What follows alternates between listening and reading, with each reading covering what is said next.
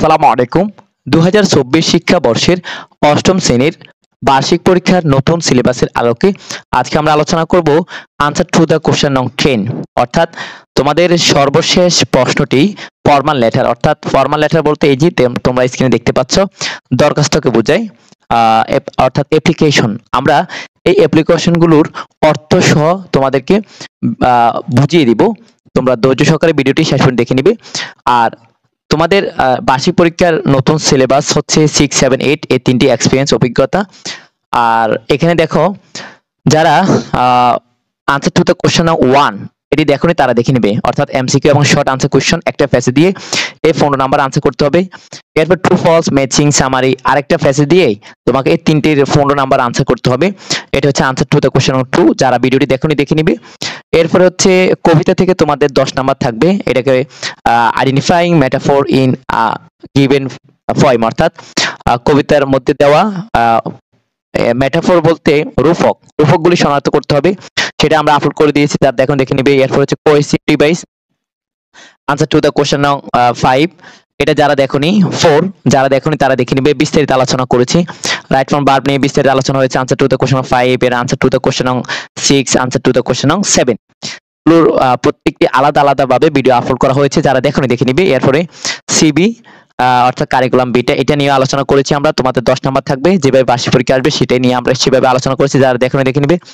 এরপরে প্যারাগ্রাফ নিয়ে আমরা 5টি পর্ব আকারে ভিডিও আপলোড করেছি, তোমাদের এটা 10 নাম্বার থাকবে। একটা ফেসে দিবে, ফেস থেকে প্রশ্ন দিয়ে প্রশ্নের আলোকে তোমাকে প্যারাগ্রাফটি লিখতে হবে, 10 নাম্বার থাকবে। আমরা তোমাদের জন্য 13টি প্যারাগ্রাফ আলোচনা করেছি 5 পর্বে।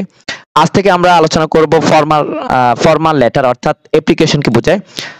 ইনফরমাল লেটার বলতে মানে সিটিকে বোঝায়, আর ফরমাল লেটার বলতে অ্যাপ্লিকেশনকে বোঝায়।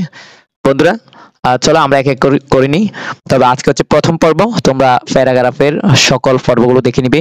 ফরমাল লেটারের অ্যাপ্লিকেশন দেখো, আমরা তোমাদের সুবিধার্থে অর্থ তুলে দিব। এই যে দেখো অর্থ দিচ্ছি, এখানে দেখো পুরোটার অর্থ আমি তোমাদেরকে দেখাচ্ছি, ডান দিকে লক্ষ্য করো।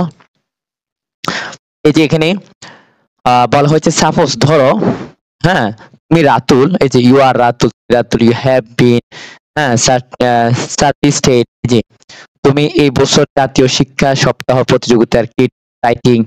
এই যে তোমরা এখানে অর্থ পাচ্ছ, তোমরা অর্থ দেখে বুঝে পড়ে নিবে। আবারও দেখাচ্ছি, এই যে না একটু দেখো, এই যে তুমি এই বছর জাতীয় শিক্ষা সপ্তাহ প্রতিযোগিতার কিট রাইটিং বিভাগে শর্ট লিস্টে হয়েছ। এক্ষেত্রে তুমি একটি ফরওয়ার্ডিং সিটি প্রয়োজন হবে, মানে তোমার আর কি। তো এখন বলছে নাও, এখন লিখো অ্যান অ্যাপ্লিকেশন। হ্যাঁ, এখন একটা অ্যাপ্লিকেশন লিখবে তুমি তোমার স্কুলের প্রধান শিক্ষকের কাছে। ফরওয়ার্ডিং লেটার চেয়ে একটি আবেদন বা চিঠি। তোমার লেখায় অবশ্যই একটি আনুষ্ঠানিক সিটির প্রাথমিক মানদণ্ড অন্তর্ভুক্ত থাকতে হবে, অর্থাৎ তোমার গঠন ঠিক থাকতে হবে। তো দেখো এই যে উত্তর, তোমরা কিন্তু জানো তোমরা কিভাবে লেটার লিখতে হয়, ক্লাস 8 যেহেতু পড়ো। তারপর আমি তোমাদেরকে এগুলো দিয়ে দিচ্ছি, কারণ অনেক সময় এমন একটা প্যারাগ্রাফ প্রয়োজন হয়, প্যারাগ্রাফ না, এমন একটা অ্যাপ্লিকেশন প্রয়োজন হয় যেটার নিচের যে এই যে অর্থগুলো আছে সেগুলোর অর্থ জানার জন্য। তো এই জন্য আমরা সবগুলো দিয়ে দিব ফর্মুলা আকারে, তোমরা দেখে নিবে। এই যে এটার অর্থ দেখো, ডিউ টু রেসপেক্ট, এক একজনে এক এক ভাবে লেখে অ্যাপ্লিকেশন, যে যেভাবে শিখেছো সেভাবে লিখবে। আমি তোমাদের এখানে অর্থগুলো দিচ্ছি, অর্থগুলো তুলে দিচ্ছি, কারণ যখন তুমি বানাতে যাবে অ্যাপ্লিকেশন, তখন অনেক সময় কিছু মাঝখানে বাক্য শিখতে হয়, সেই বাক্যের জন্য তোমাদেরকে এগুলো অর্থ তুলে দেওয়া। তো এইভাবে যথাযথ শ্রদ্ধা ও বিনীত নিবেদনের সাথে জানাচ্ছি যে এই বছর জাতীয় সপ্তাহ ইত্যাদি ইত্যাদি, তোমরা নিয়মটা জানো। এরপর 2 নম্বর দেখো, 2 নম্বরের অর্থটা দেখো আগে প্রশ্ন সহ। এই যে ধরো তুমি রাব্বি, তুমি রংপুর জেলা স্কুলে পড়ছো, ইত্যাদি ইত্যাদি দেখতে পাচ্ছ। তবে মনে রাখবা যে এটা তুমি লিখলে তোমার নাম উপরে থাকবে, যার কাছে পাঠাচ্ছ সেটা তার নাম উপরে থাকবে, যে দেখতেছে হ্যাঁ তার নাম নিচে থাকবে, যে application for a transfer certificate. তো এখানে দেখো আমি অর্থ তুলে দিচ্ছি তোমাদের সুবিধার্থে, যে পুরোটার অর্থ একসাথে দেখো। তো এই যে যথাযথ সম্মানের সাথে জানাচ্ছি যে আমি আপনার স্কুলের 8ম শ্রেণীর ছাত্র, আমি 3 বছর ধরে আপনার এই যে ইত্যাদি ইত্যাদি। এরপরে হচ্ছে দেখো 3 নাম্বারটির অর্থ দেখো, এই যে ধরো তুমি চট্টগ্রামে বকুলতা উচ্চ বিদ্যালয়ে হাবিবা তোমার শিক্ষাগত ব্যয় এই যে দেখতে পাচ্ছ। তো এবারে তুমি দরখাস্তটা লিখবে for help from the poor found, হ্যাঁ, দরিদ্র তহবিল থেকে। তো এখানে প্যারাগ্রাফ অর্থটা দেখো পরের। তুমি আমি আমি আপনাদের জানাতে চাই যে আমি আপনার স্কুলে অষ্টম শ্রেণীর ছাত্র। আমার বাবা একজন দরিদ্র। এই যে এখানে দেখো, এই যে তার আর্থিক ব্যবস্থা ভালো নয়। এই যে দরিদ্র দোকানদার, তার আর্থিক ব্যবস্থা ভালো নয়, তিনি আমার এই যে পড়ালেখা ইত্যাদি ইত্যাদি। এরপর 4 নম্বর প্রশ্ন দেখো, আমি তোমাদের সুবিধার্থে অর্থগুলো তুলে দিচ্ছি, শুধু তোমরা তোমাদের মতো করে অ্যাপ্লিকেশন বানিয়ে লিখতে পারো। তো ধরো তুমি তুলি, হ্যাঁ, তুমি সোহাগপুর উচ্চ বিদ্যালয়ের নতুন ছাত্র, এই যে অর্থ দেখতে পাচ্ছ। এবার এটার উত্তর দেখো, application for a seat in the school hostel, school হোস্টেলে একটি আসনের জন্য আবেদন। তো এই যে অর্থ দেখতে পাচ্ছ, ডান দিকে দেখো। আমি বলতে চাই যে আমি আপনার স্কুলের ক্লাস চতুর্থের ছাত্র, আমি গত 2 বছর ধরে আপনার স্কুলে পড়ছি, এই যে ইত্যাদি ইত্যাদি। এভাবে করে তোমরা লিখবে। এরপরে দেখো পরের প্রশ্নটা দেখো, ডান দিকে অর্থ।